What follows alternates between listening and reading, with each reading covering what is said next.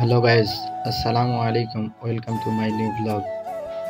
আজকে আমরা যাব উত্তরবঙ্গের সবচেয়ে বড় দুটি দর্শনীয় স্থান দেখার জন্য, যেগুলো অবস্থিত দিনাজপুর জেলার নবাবগঞ্জ উপজেলায়।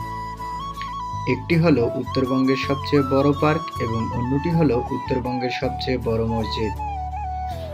যাত্রাপথে দেখা হয়ে গেল এক বিলুপ্তপ্রায় প্রাণীর সাথে, যেগুলো আমরা সচরাচর এখন দেখতে পাই না।